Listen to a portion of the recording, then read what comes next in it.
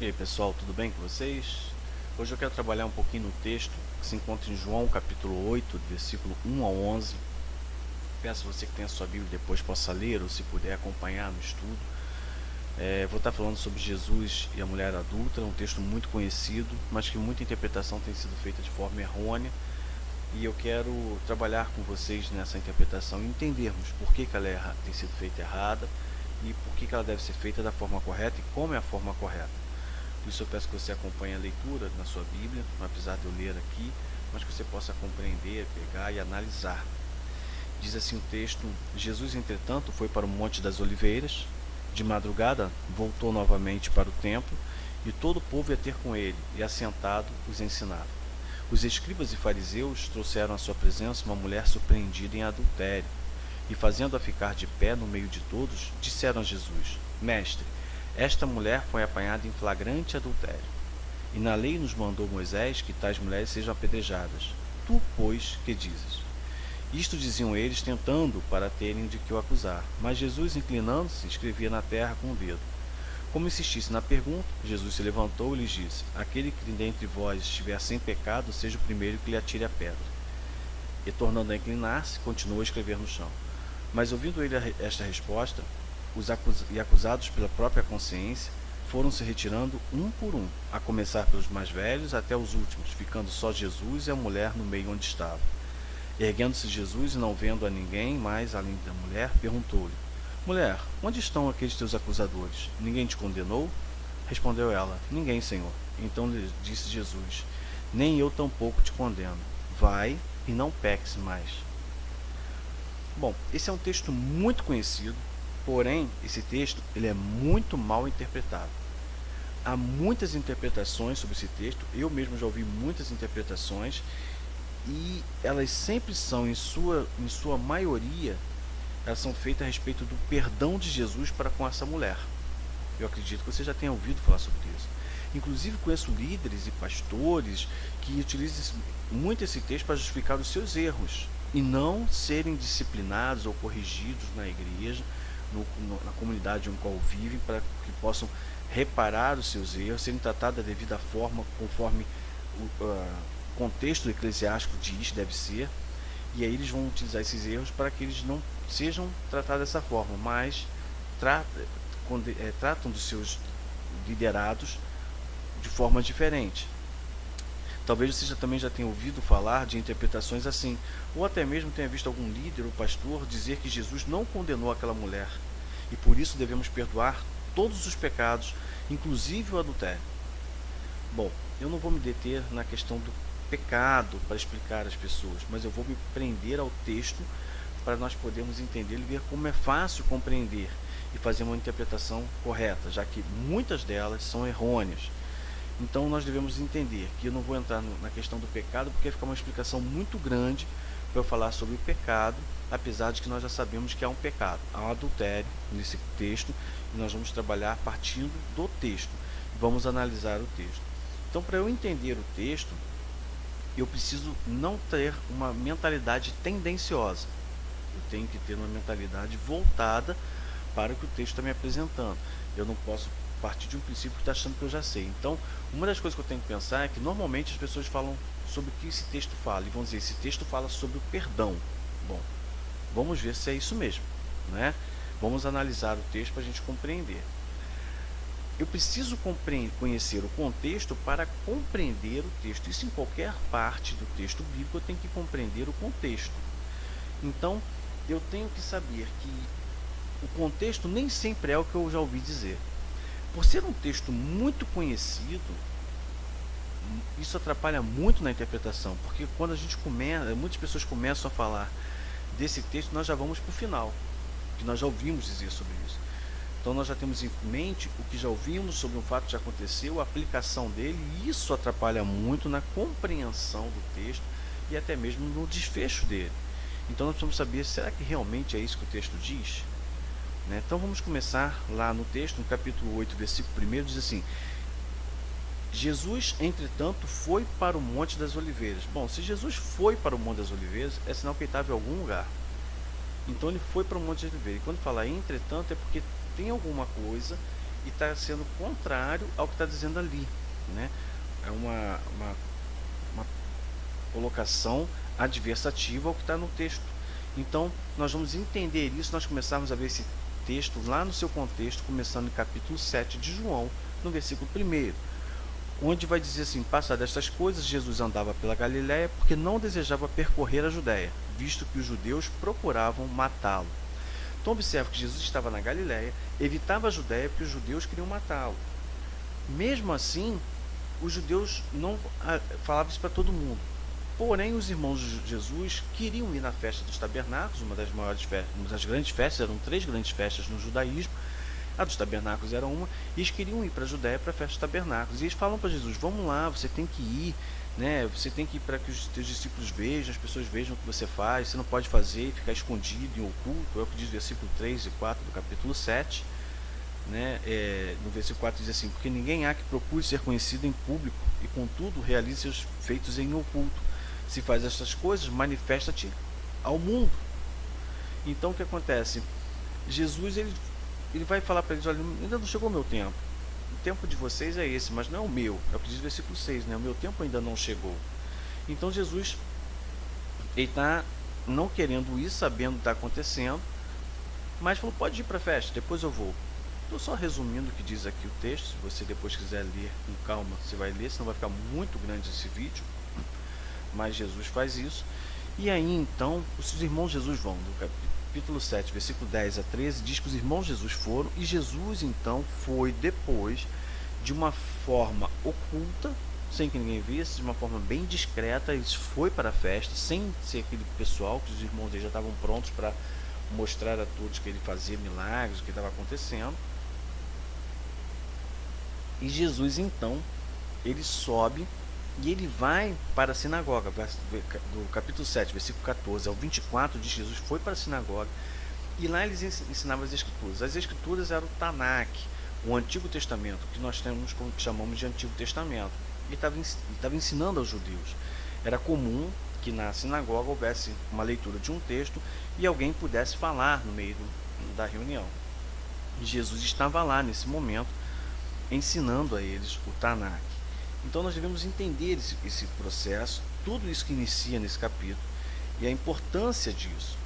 Então veja, mas o ponto mais importante se encontra nesse contexto, se encontra no capítulo 7, versículo 19, que vai dizer o seguinte: Jesus vai virar para eles e vai dizer assim: não vos deu Moisés a lei? Contudo ninguém dentre vós a observa. Por que procurais matar? Porque eles estavam com raiva de Jesus, com inveja de Jesus, porque todo mundo ouvia Jesus, ele estava tendo muitos adeptos. Então os judeus tinham inveja dele e queriam matá-lo. Só que Jesus fala para eles: vocês têm a lei de Moisés, a lei diz que não é por aí, vocês não praticam, mas vocês cobram das pessoas, e pior, vocês ainda querem me matar indo contra a lei que não diz nada que eu deva ser morto. Então eles faziam isso. Mesmo no versículo 20 vai dizer que eles estavam negando. Eles vão dizer: respondeu a multidão: tens demônio, quem que procura matar-te? Então havia a questão de quererem matar Jesus e fingindo que não queriam. Então vai começar esse processo aí da controvérsia entre Jesus e os judeus. Do versículo 25 em diante, nós vamos ver então que os judeus, eles vão, quem são esses que querem matar Jesus? Que são os líderes judaicos. Os líderes judaicos são os fariseus e os principais sacerdotes.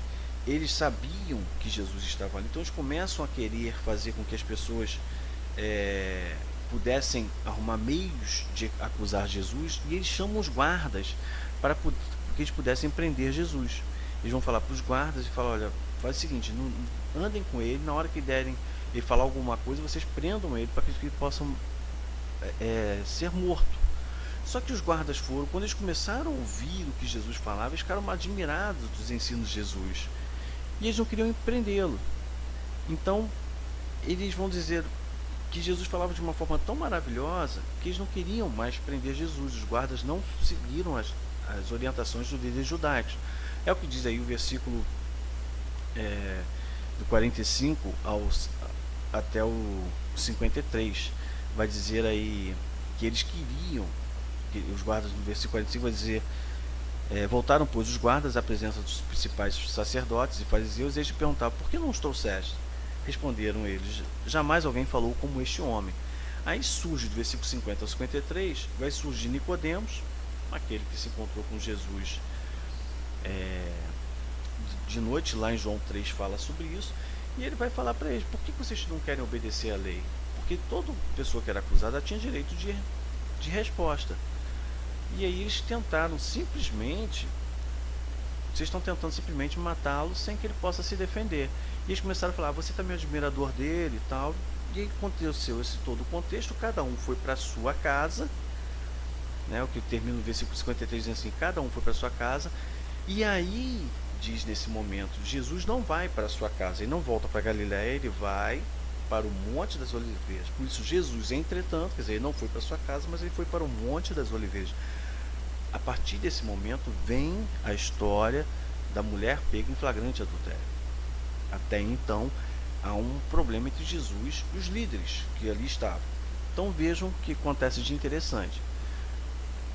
O versículo 2 diz que no dia seguinte Jesus voltou, Jesus retorna para ensinar na sinagoga.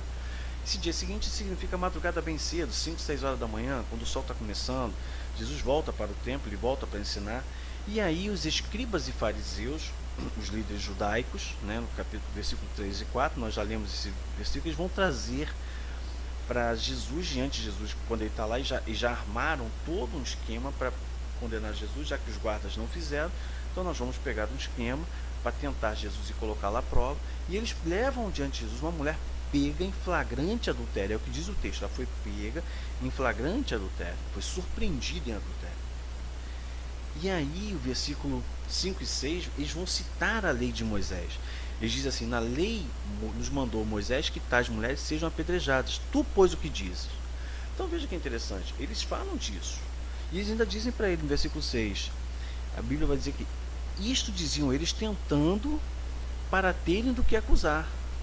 Então peraí, se eles pegaram a mulher e a lei dizia que ela devia ser apedrejada, por que estavam tentando Jesus? Tentando Jesus em quê? Pelo perdão dele?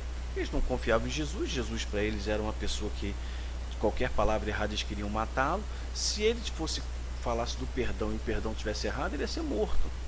Estavam tentando Jesus em quê? Aí é que vem a principal questão, né? Como eles estavam testando Jesus? O que a lei de Moisés diz? É isso que nós precisamos entender.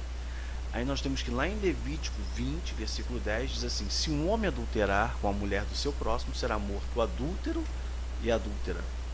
Então, se houver adultério, tanto o homem quanto a mulher devem ser mortos. É o que diz a lei de Moisés. Em Deuteronômio, que significa segunda lei, como se fosse um código judaico, né? A lei judaica comentada, igual a gente tem o Código Civil comentado, seria código judaico comentado, digamos assim. Deuteronômio 22 vai dizer: se um homem for achado deitado com uma mulher que tem marido, então ambos morrerão, o homem que se deitou com a mulher e a mulher. Assim eliminarás o mal de Israel. Então, vejam que coisa interessante. Na lei diz que se o homem e a mulher fossem pegos em adultério, em flagrante adultério, os dois deveriam ser mortos. Estão entendendo? Então vejam, a lei é clara. Em caso de flagrante adultério, ambos precisavam ser apedrejados e mortos. É este fato que eles estão levando a Jesus? Não. Né? Eles estão levando a Jesus só a mulher. Eles estão citando essa lei, mas estão levando só a mulher. E o que Jesus responde? Jesus vai responder conforme a lei de Moisés devia ser cumprida. De início ele não responde, fica ali escrevendo com o dedo na terra. E já vi muita gente falar que ele escreveu o pecado de cada um inventa cada coisa que o texto não diz, mas que querem dizer que são espirituais, que entendem a Bíblia. Não tem nada a ver. Jesus simplesmente fica ali, sem dar atenção. O fato de escrever com o dedo na terra significa que ele não está dando a mínima para a liderança judaica. E aí eles começam, o versículo 7 diz: como insistisse na pergunta, Jesus se levantou e disse, né? Jesus vai citar a lei, fala: quem dentre vós tiver sem pecado, que atire a primeira pedra. A lei de Moisés, em Deuteronômio 17, versículos 6 e 7, diz assim: por depoimento de 2 ou 3 testemunhas, será morto o que houver de morrer. Por depoimento de uma só testemunha, não morrerá. A mão das testemunhas será a primeira contra ele, para matá-lo, e depois a mão de todo o povo. Assim eliminarás o mal do meio de ti. Então veja, Bom, se vocês não têm pecado, se vocês não estão errando o alvo, vocês estão dentro da lei de Moisés, que vocês apedrejem. Vocês pegaram ela em flagrante adultério, vocês são as testemunhas, podem apedrejar. Eu não posso, porque a lei diz que uma pessoa só não pode. Ela não pode morrer. Tem que ser depoimento de 2 ou 3. E aí ele vai citar essa lei. Jesus cita uma outra lei que nós vamos ver aqui. Diz assim: uma só testemunha não se levantará contra alguém, por qualquer iniquidade ou por qualquer pecado, seja qual for que cometer. Pelo depoimento de 2 ou 3 testemunhas se estabelecerá o fato. Quando se levantar testemunha falsa contra alguém, para acusado de algum transvio, então os 2 homens que tiverem a demanda se apresentarão perante o Senhor, diante dos sacerdotes e dos juízes que houver naqueles dias. Os juízes indagarão: bem, se a testemunha for falsa e tiver testemunhado falsamente contra seu irmão, far-lhe-eis como cuidou o fazer a seu irmão, e assim exterminarás o mal do meio de ti, para que os que ficarem o ouçam e temam, e nunca mais tornem a fazer semelhante mal no meio de ti. É o que consta em Deuteronômio 19, 15 a 19. Então veja, Jesus cita 2 textos. Jesus vai citar 2 textos da lei, que vai falar: olha, se vocês estão achando que estão corretos, que vocês façam, que vocês sejam o exemplo para os demais. Porque era assim que devia ser feito. Os mais velhos cobravam a lei. Na cultura judaica, os mais velhos, por terem sabedoria, mais experiência de vida, eles cobravam a lei e as pessoas cumpriam. E o que acontece naquele momento? Eles não fazem, porque é necessário ter 2 ou 3 testemunhas sobre o fato que eles estavam alegando. Ela foi pega em flagrante adultério, então apedrejem ela. Porém, eles tinham que começar esse apedrejamento, mas eles estavam errados, porque a mulher estava só. Cadê o homem que foi pego em flagrante adultério? Ou era mentira deles, ou então eles liberaram o homem e pegaram a mulher. Dependendo, eles até armaram para que alguém se deitasse com aquela mulher e pegassem ela e a pessoa fosse embora. Eles queriam tentar Jesus, testar Jesus, como diz o texto. Se foram pegos em flagrante, onde estava o homem no adulto? Não é verdade? Essa é a questão do texto. O texto diz isso. Então Jesus não lhes deu atenção. E ele foi falando com isso, e o que acontece? Eles saíram, ficou apenas ele e a mulher. Veja o que diz o texto. O texto vai dizer no versículo 9 que, ouvindo eles a resposta e acusados pela própria consciência, quer dizer, sabendo que eles estavam errados na lei, foram se retirando um por um. Começaram por quem? Pelos mais velhos, os mais idosos, os que deviam ser exemplo. E aí foram até os mais novos, ficando só Jesus e a mulher. Então, não tinha como Jesus acusar, porque não foi ele que pegou ela em flagrante adultério. Eles trouxeram ela para condená-la pela lei. Estava errado o que estavam fazendo. E eles não podiam condenar, eles tinham que ficar quietos, porque eles estavam contra a lei. Quem devia ser apedrejado eram todos eles. Não havia mais acusadores no assunto levantado. Nem Jesus podia acusá-lo. Mas aí Jesus faz uma orientação muito importante. Jesus fala para ela: vá e não peques mais. Então veja que coisa importante que Jesus nos mostra. Esse texto não vai dizer que Jesus perdoou a mulher em adultério. Já ouvi muita gente falar, muita gente já me questionou, falou: não, porque Jesus perdoou, Jesus é grande de misericórdia, Jesus é grande de amor, ele perdoa. Não estou dizendo que ele não seja grande, estou dizendo que o texto não diz em momento algum que Jesus perdoou. Há uma orientação dele: vai e não peques mais. Ele fala: cadê aqueles que te acusaram? Ninguém te condenou? Ele falou: não, nem eu te condeno. Ele não condenou, mas ele diz: vai e não peques mais. Por quê? Porque, de acordo com o que a Bíblia diz, que a Bíblia nos apresenta, que para que haja perdão tem que haver arrependimento. E até o momento a gente não vê que essa mulher tem um arrependimento. Ela ficou em silêncio. Talvez ela tenha aceitado, talvez ela estivesse assustada, não sei. Mas a Bíblia não diz que Jesus não perdoou. Pode ter perdoado? Pode. Também não estou dizendo que ele perdoou ou que ele não perdoou. Estou dizendo que o texto não diz. Mas o texto aqui está trabalhando em relação das pessoas que pegam a Bíblia, pegam as leis da Bíblia e começam a inventar para satisfação pessoal, para interpretação de interesses seus, para tentar fazer pegadinhas, para mostrar que eles são certos e a pessoa está errada. E o quanto pegam esse texto para dizer que Jesus perdoou o adultério, para que a pessoa possa ser perdoada e perdoar as pessoas que interessam, estão fazendo a mesma coisa que os líderes judaicos faziam. São pessoas que pegam, que não interpretam a Bíblia como deve, estão errados. Jesus foi tentado na lei. Como Jesus conhecia a lei, ele cita a lei. Então, essa é a questão. Esse texto não está dizendo nada sobre isso. Ah, tá vendo? Se Jesus perdoou um adultério, o que ele não vai perdoar? Esse texto não diz nada disso. A Bíblia deixa bem claro que Deus nunca desprezará um coração contrito. Ele nunca desprezará um espírito quebrantado, uma pessoa que se arrepende. Mas não a arrogância dessas pessoas que ficam errando, e quando erram e todo mundo descobre, aí sim, quando os pastores, os líderes aí todo mundo descobre, ou então alguém descobre, aí fica, não, porque Jesus perdoou a mulher adultério, você tem que ter perdão, você tem que perdoar, porque senão a igreja é uma igreja imatura, as pessoas não respeitam o evangelho, são pessoas que não conhecem o amor. Não, isso é falsidade, isso é falácia, isso é ideologia, isso é teoria. Esse texto não fala disso. Esse texto diz o seguinte: olha, levaram uma mulher para tentar condenar Jesus, citaram a lei, só que Jesus conhecia a lei. E aí entra o que nós estamos falando aqui, que eu tenho que falar para vocês. Você conhece a Bíblia, você sabe fazer uma interpretação correta, você sabe a importância de uma hermenêutica bíblica para você colocar em prática na sua vida? Porque se você não sabe, você vai ficar fazendo o que esses líderes aí, gananciosos, safados, sem vergonhas, ficam fazendo, inventando histórias para errar e ter as pessoas concordando com seus erros, passando a mão nos seus erros, e eles massacrando pessoas aí que passam dificuldades, tentando melhorar e não conseguem.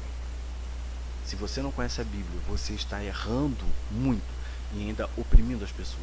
Você é igual um fariseu, você é igual um líder judaico, você é igual um saduceu daquela época, igual os sacerdotes daquela época. Todo aquele sacerdócio corrupto que existia naquela época, você está agindo. Porque por você não conhecer a Bíblia, você faz as interpretações tendenciosas que você acha que é importante, porque você acha que é espiritual, que pensa de uma forma, ou que você acha que você fala do perdão de Deus e a pessoa é obrigada a entender o que Deus é obrigado a perdoar. Não é assim. A Bíblia nos direciona os nossos passos, ela dirige a nossa vida. A Bíblia, ela mesma diz que ela é lâmpada para os nossos pés. Então ela direciona, ela ilumina. Você interpreta corretamente a Bíblia, você compreende? Veja que um texto desse, tão simples, como tem dado problema? Como as pessoas têm inventado? Quantos pastores eu conheço que pecam, inclusive em adultério dentro das igrejas, na hora que as pessoas descobrem, ao invés de eles reconhecer o seu erro, pedir perdão e ver o que a igreja vai falar e passar por todo o processo de ajuste de vida, como uma pessoa humilde deve fazer, de reconhecimento de erro. Eu conheço pastores que, ao invés de fazer isso, utilizam esse texto para ficarem arrogantes, presunçosos, humilhando as igrejas, as pessoas, dizendo que a igreja não perdoa porque ela não tem amor, porque acha que perdoar é aceitar o seu erro e continuar aceitando a sua liderança, mesmo não confiando nele. Mas é isso os pastores que nós temos hoje, é essa liderança que nós temos hoje, pessoas formadas por política, por filosofias, pessoas que não têm compromisso com ninguém, a não ser com o seu bolso. Por isso eu tenho feito esse canal, por isso nós vamos ter muitas coisas. A minha intenção é que você compreenda a Bíblia, que você entenda. É tão simples, é tão fácil, mas depende de você, você tem que dedicar um pouco de tempo. Então faça isso, não siga esses pastores não, que inventam histórias, que falam de um monte de coisa, não siga não. Comece a ler a Bíblia, comece a analisar o texto, procure o contexto, você vai ver como é fácil, você vai ver que não é tão difícil, você vai ver que a Bíblia ela se explica por si mesma, e você pode aprender isso. Eu conto com você nesses estudos que vamos fazer, nessas lives que vamos fazer, em tudo que nós vamos fazer, para que você compreenda melhor, que você possa entender. Analise esse texto, pesquise esse texto e depois nós vamos voltar a comentar. Venha com as suas perguntas, venha com as suas dúvidas e nós vamos trabalhar em cima disso, ok? Que Deus esteja abençoando e dando sabedoria. E não esqueça, acesse lá a nossa fanpage na página do Johnny Eckhart e vamos ter mais estudos. Que Deus abençoe e tenha uma boa semana.